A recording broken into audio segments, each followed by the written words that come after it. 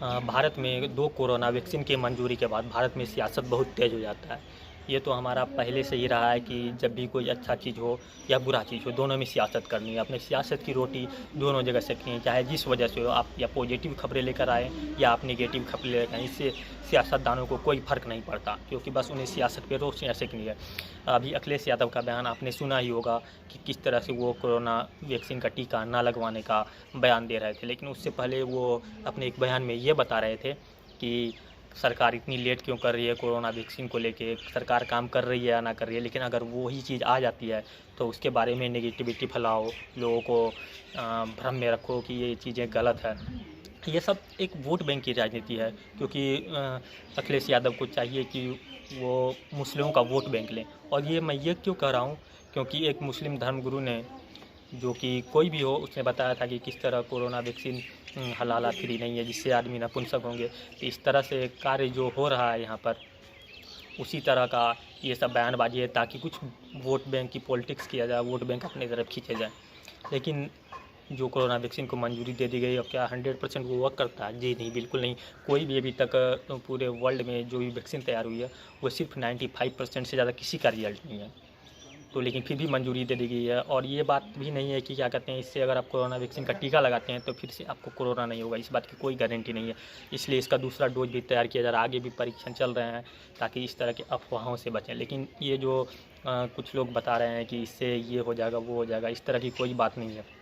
जहाँ तक आप देख रहे हैं कि किस तरह का पॉलिटिक्स खेला जा रहा है यहाँ पर वैक्सीन को लेके, विपक्षी पार्टियों के थ्रू जिस तरह का पॉलिटिक्स खेला जा रहा है, बहुत ही गंदा पॉलिटिक्स है। और लोगों को भ्रम में फैलाया जा रहा है कि इस तरह से कीजिएगा तो आपके साथ ये हो जाएगा, वो हो जाएगा, इस तरह के बहुत सारे भ्रम फैलाए जा रहे हैं। लेकिन ये सब बातें गलत है।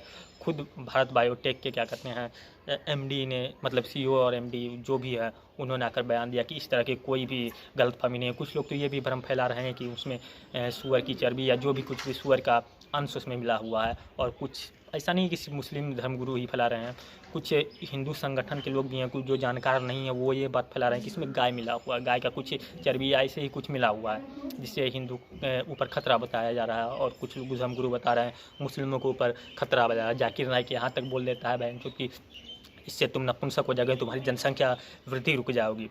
अध्याय बहन, जिसको जो बोलना है बोले जा रहा है। और यहाँ पर भारत में इस तरह की चीज़ें बहुत ही आसान है, ये आसानी से भ्रम फैलाया जा रहा है।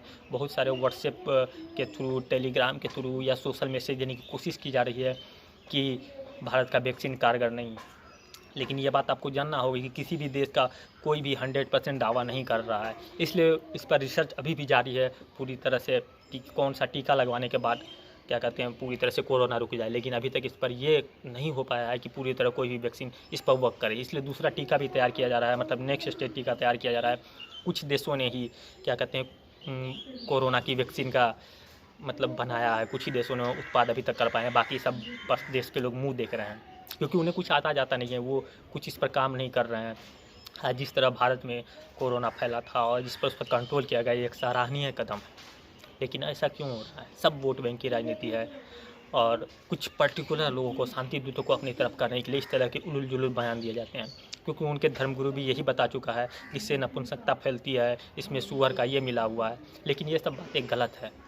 लोगों को बस अवेयर होने की ज़रूरत है। लोगों को सही चीज़ आप क्रॉस चेक कर सकते हैं जाकर, वहाँ पर आपको गूगल पे जाकर आप अगर इन चीज़ों को सर्च करें तो इसकी सारी डिटेल मिल जाएगी। आप बड़े बड़े लोगों को, जो इसमें क्या कहते हैं वैज्ञानिक हैं, जो शोध करता है, उनकी रिसर्च देख सकते हैं। आपको हर चीज़ अवेलेबल है सोशल मीडिया पर, यूट्यूब पर, गूगल पर, सब अवेलेबल है। लेकिन आप किसी एक पर्टिकुलर आदमी के बारे में बातें सुनकर आप उसके बातों में आ जाते हैं। इस तरह के भ्रम में ना रहें। ये सब गलत फैलाया जा रहा है लोगों में, कि ताकि लोग को लगे कि लोगों को इससे प्रॉब्लम नहीं है, कि क्या कहते हैं रसिया ने बना लिया, चाइना ने बना लिया, उसके बाद यूएसए ने बना लिया, इससे लोगों को कोई प्रॉब्लम नहीं। अगर वो वैक्सीन आए तो लोग खुशी खुशी लगवा लें। लेकिन भारत में जब इस चीज़ों को उत्पाद बढ़ता है या इस चीज़ों पर आगे की तरफ काम किया जाता है तो लोगों की इससे प्रॉब्लम है कि अरे वो बड़े बड़े विकसित देश तो कर ही रहे हैं, लेकिन विकासशील देश कैसे कर सकता है? इससे लोगों को बहुत ज़्यादा प्रॉब्लम हो रही है। क्यों कर रहे हैं इसे लोग पता नहीं चलता। कुछ वोट बैंकों के लिए लोगों की जान को खतरे में डाल रहे हैं। और एक बात, सऊदी अरेबिया जहाँ पर मुस्लिम लोग हज करने के लिए जाते हैं, उसने तो सीधा सीधा भाई बयान दे दिया, जो भी कोरोना का टीका लगवा कर नहीं आएगा, उनके पास का कोरोना वैक्सीन का टीका लगवाने का कागज़ नहीं होंगे, सर्टिफाइड नहीं होंगे, तो उन्हें हज के लिए नहीं दिया जाएगा। तो सब मतलब सबके आका ही ले रहे हैं उनकी, लेकिन इन लोगों को क्या कहा ही जा सकता है। तो आप भी अवेयर होइए, क्रॉस चेक कीजिए, सब चीज़ों को देखिए, परखिए, उसके बाद आप पता कीजिए क्या सही है क्या गलत है। आप किसी के बहकावे में इस तरह से ना आएँ तो आपके लिए बेहतर है, इस पूरे समाज के लिए बेहतर है, क्योंकि आपको पता है किस तरह की महामारी है कोरोना। ऐसा नहीं है इससे जाने नहीं जा रही है। कुछ लोग ऐसे हैं, बहुत सारे लोग अपनी जान गंवा चुके हैं इस महामारी से, और अभी तक ये कंट्रोल में, हालांकि आया है इंडिया का कंट्रोल बहुत ज़्यादा हो गया है, लेकिन इस अभी भी कुछ लोग मर रहे हैं। इस पर कितने रिसर्च किए गए तब जाके ये वैक्सीन तैयार हुई है, और उसके बाद लोग इसे गलत अफवाह के चलते बहुत सारी चीज़ें ऐसी बताई जाती है लोगों को, जो गलत चीज़ बताई जा रही है, जो भ्रम फैलाया जा रहा है, ये सब बिल्कुल ही गलत है। राजनीतिक अपनी जगह पर है, और क्या कहते हैं, अगर आपके पास कोई बीमारी है उसे ठीक करने का अपना अलग मैटर है। दोनों को एक तरह से जोड़ दिया जाता है और राजनीतिकरण या भगवाकरण के तरह दिखाया जाता है। देखिए कैसे बीजेपी पॉपुलेशन कंट्रोल करने के लिए इस तरह की वैक्सीन ला रही है, लेकिन आपको भी ये समझना होगा कि ये सब क्यों हो रहा है। कौन हैं ये लोग जो इस तरह की बातें करते हैं, हमेशा से जो वोट बैंक की पॉलिटिक्स करते हैं, मतलब कुछ पर्टिकुलर समुदाय का वोट होने चाहिए, उनके लिए ये लोग जान प्राण दिन रात एक किए हुए रहते हैं। लेकिन आपको ये बात ज़रूर समझनी है, आप जाके क्रॉस चेक कीजिए भाई, पूरा आपके पास इंटरनेट है, स्मार्टफोन है, सब कुछ है, फिर भी आप चेक नहीं करते, आप न्यूज़ से अवेयर नहीं रहते, किसी एक पर्टिकुलर धर्मगुरु को सुनते हैं और उसके बातों के पीछे चल देते हैं। मतलब एक भेड़ जैसा गुड़ का सारे उधर के तरफ निकल दिए बहन से। मतलब ये कुछ इस तरह का हालत है इंडिया में, जैसे वोट बैंक में तो सारा खेल पैसों का है। ये फंडिंग होती है इन सब बातों को बोलने के लिए, ताकि भारत को किसी भी स्थिति में गलत चीज़ किया जाए, दिखाया जाए यहाँ पर कितना इंटॉलरेंस है, किस किस तरह की चीज़ें होती हैं यहाँ पर, इस तरह भारत को दिखाया जाए, रिप्रेजेंट किया जाए कि भारत में क्या क्या हो रहा है। तो आप इस तरह के भ्रम में ना रहें और अपने लोगों को भी जागरूक करें। कम से कम आप खुद जागरूक होइए, और अपने 4 लोगों को अगर जागरूक करते हैं तो हो सकता है कि आप आगे भी वो लोग इस चैन को आगे ले जाएं। तो जागरूक कीजिए अपने लोगों को, बताइए क्या सही है क्या गलत है, अगर आप जानते हैं। अगर नहीं जानते आप रिसर्च कीजिए, बहुत सारी चीज़ें हैं जहाँ से आप इसे पढ़ सकते हैं, देख सकते हैं, सुन सकते हैं।